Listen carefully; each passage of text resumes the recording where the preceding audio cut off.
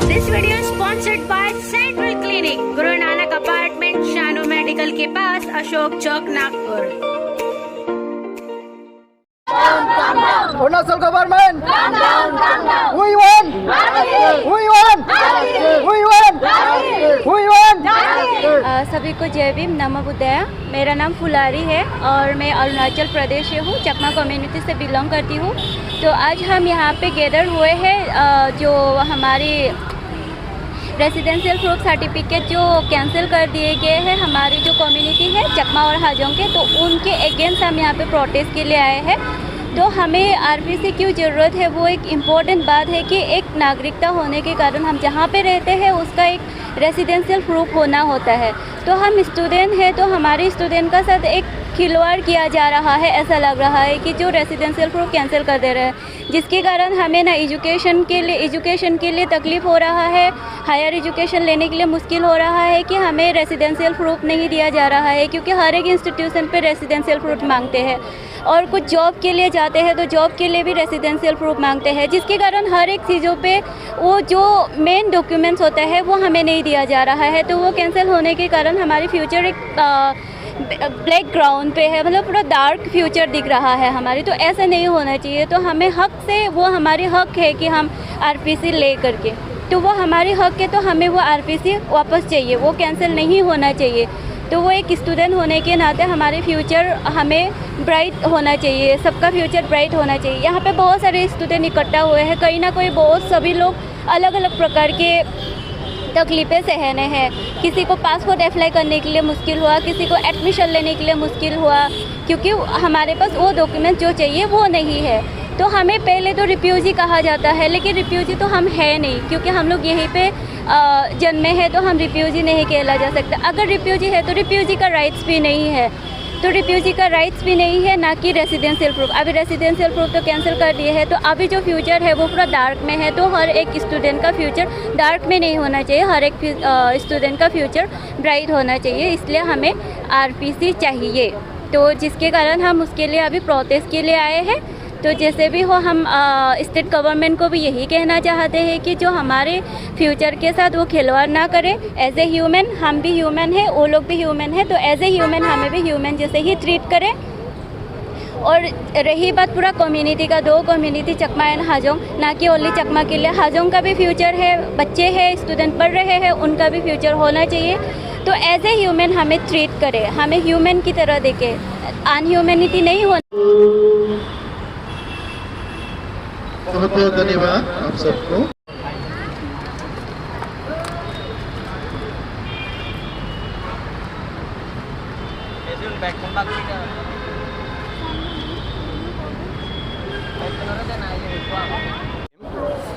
आज ये प्रोटेस्ट संविधान चौक में जो होने जा रहा है, यह चकमा स्टूडेंट एसोसिएशन और voice of indigenous people for justice and peace, इस अंतर्राष्ट्रीय मानवाधिकार संगठन के माध्यम से ये एक दिन का प्रोटेस्ट यहाँ पे कर रहे हैं। ये प्रोटेस्ट के पीछे का कारण ये है कि ये जो अरुणाचल प्रदेश में जो चकमा या बुद्धिस्ट लोग जो रहते हैं, उन्हें आज़ादी के बाद से ही उनको उनके राष्ट्रीयता से वंचित रखा गया है।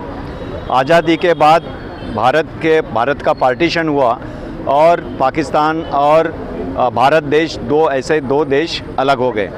उस समय ये जो अभी चकमा जो अरुणाचल में रह रहे हैं, ये लोग चिटगांव हिल्स में रहा करते थे। चिटगांव हिल्स उस समय जब आज़ादी के बाद इस पाकिस्तान में चले गया, अभी वो बांग्लादेश में है, जो चिटगांव है वो बांग्लादेश में है, लेकिन आज़ादी के बाद जब पार्टीशन हुआ तो वो इस पाकिस्तान में गए। उसके बाद भारत सरकार बनी, भारत सरकार में कांग्रेस की सरकार आई और नेहरू हमारे देश के पहले प्राइम मिनिस्टर बने। तो नेहरू ने इन चिटगांव हिल्स में रहने वाले लोगों के सामने एक प्रस्ताव भी रखा। इन्हीं के सामने नहीं रखा, जो भी ईस्ट और वेस्ट पाकिस्तान में जो पाकिस्तान से जो लोग पार्टीशन के बाद जिधर के उधर थे, उनके सामने ही प्रस्ताव रखा कि भाई अभी पार्टीशन तो हो चुका है, अगर आपको पाकिस्तान के साइड में रहना है तो आप उधर रह सकते हैं, लेकिन अगर आप भारत में आना चाहते हो तो आप आ सकते हो। तो चिटगांव हिल्स में रहने वाले जो चकमा बुद्धिस्ट लोग थे, इन्होंने ये सोचा कि भाई भगवान बुद्ध, हम तो बुद्ध धर्म को मानने वाले लोग हैं और भगवान बुद्ध का जन्म भी भारत में हुआ है, तो भारत हमें ज़्यादा अच्छा है और नज़दीक भी है, तो उन्होंने भारत में रहना पसंद किया और स्वीकार किया। तो उसके बाद नेहरू सरकार ने उन्हें अरुणाचल के हिल साइड में उनको जगह भी दी और उनकी वसाहत वहाँ पे उपलब्ध करा दी। सिर्फ अभी मैं ये नहीं बोलूँगा कि नेहरू की सरकार की गलती हुई कि क्या हुआ, लेकिन उन्होंने उस समय उन्हें सारे अधिकार तो दे दिए, लेकिन वो सब ओरल ही थे, लिखित तौर के ऊपर उन्हें कोई राष्ट्रीयता बहाल नहीं की गई थी। लेकिन हम चाहते हैं, अभी हमारा देश में हमारा कॉन्स्टिट्यूशन है, आज़ाद के बाद पार्टीशन हो चुका है, हमारा देश स्वतंत्र हुआ, आज़ाद हुआ और हमारे देश का संविधान भी बना। तो हमारे देश के संविधान ने यहाँ पे हमें फंडामेंटल राइट्स दिया है।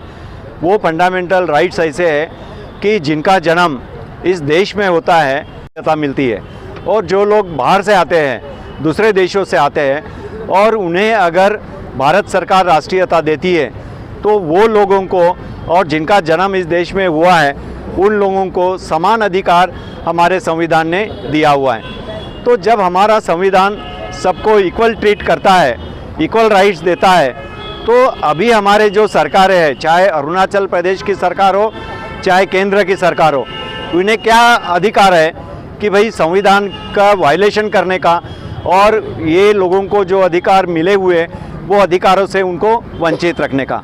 लेकिन आज ऐसा हमको महसूस हो रहा है कि ये जो हमारे बच्चे हैं, अभी मैं बच्चे कहूँगा इनको क्योंकि ये विद्यार्थी है, कहीं जाते हैं एडमिशन के लिए तो इनको रेसिडेंशियल प्रूफ मांगा जाता है और अरुणाचल की राज्य सरकार ने इनसे वो अधिकार छीन लिया है। इनका जो रेसिडेंशियल प्रूफ उनको नहीं दे रहे हैं और केंद्र सरकार ने राष्ट्रीयता छीन ली है। तो मुझे बताइए ये लोग कहाँ जाएंगे?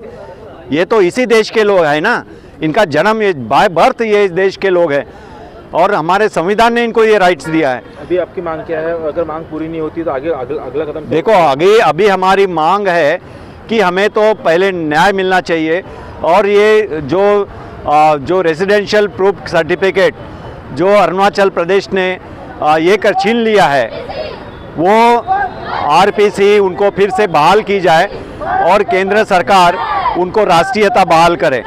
अगर ये नहीं करते हैं, ये इशू तो अभी हम लोगों ने देश के अंतर्गत ही रखा है, क्योंकि हम प्राइम मिनिस्टर्स को चिट्ठी लिखे है, गृह मंत्री को चिट्ठी लिखे है, राष्ट्रपति को चिट्ठी लिखे। लेकिन मैं इस माध्यम से, मीडिया के माध्यम से ये बता देना चाहता हूँ, क्योंकि हमारी जो संस्था है वो इंडिजिनस लोगों के प्रति कटिबद्ध है, क्योंकि हम लोग इस देश के लोग हैं। तो हमारी जो संस्था है वो संयुक्त राष्ट्र संघ में भी एफिलेटेड है। अगर ये देश हमारी बातें नहीं सुनता है या अरुणाचल प्रदेश हमारी बात नहीं सुनते हैं तो ये जो मसला है ये हम अंतर्राष्ट्रीय स्तर पर लेके जाएंगे और सारे दुनिया के जो बौद्ध लोग हैं उनको बताएंगे कि भाई हमारे देश में क्या चल रहा है, हमारे देश के बौद्धों के साथ कैसा दुराचारी व्यवहार हो रहा है, कैसा डिस्क्रिमिनेशन हो रहा है। आज तो हम लोग ये बात देश के अंदर ही रखी है, लेकिन अगर ये नहीं हमें मिलता है, हमारे अधिकार हमको वापस नहीं मिलता है, तो हम हमारी बातों को इंटरनेशनल स्टेज के ऊपर लेके जाएंगे और पूरे दुनिया के सामने हम एजिटेशन करेंगे। आज भले ही हम लोग, लेकिन नागपुर से ये हमारी आवाज़ हम भारत सरकार तक पहुंचाने की कोशिश करेंगे और साथ साथ अरुणाचल प्रदेश के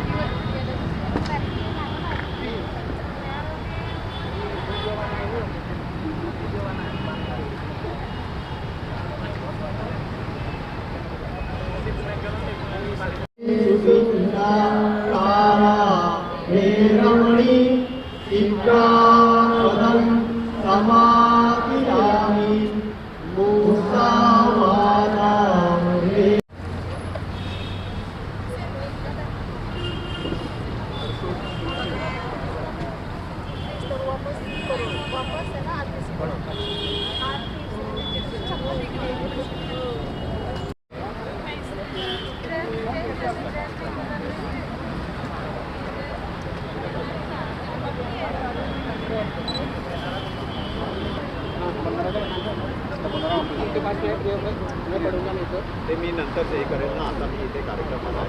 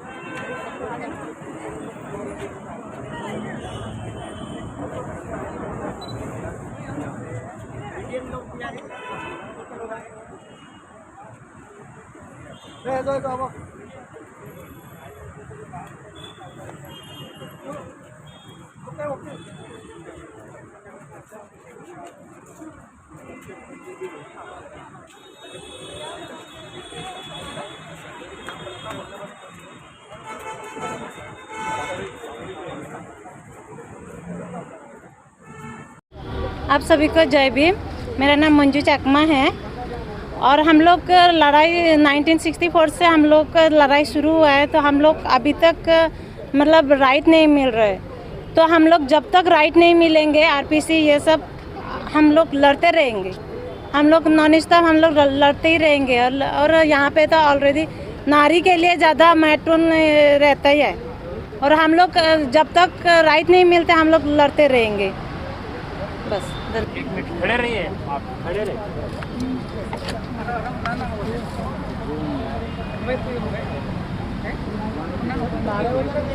नारे दे दो, वी वांट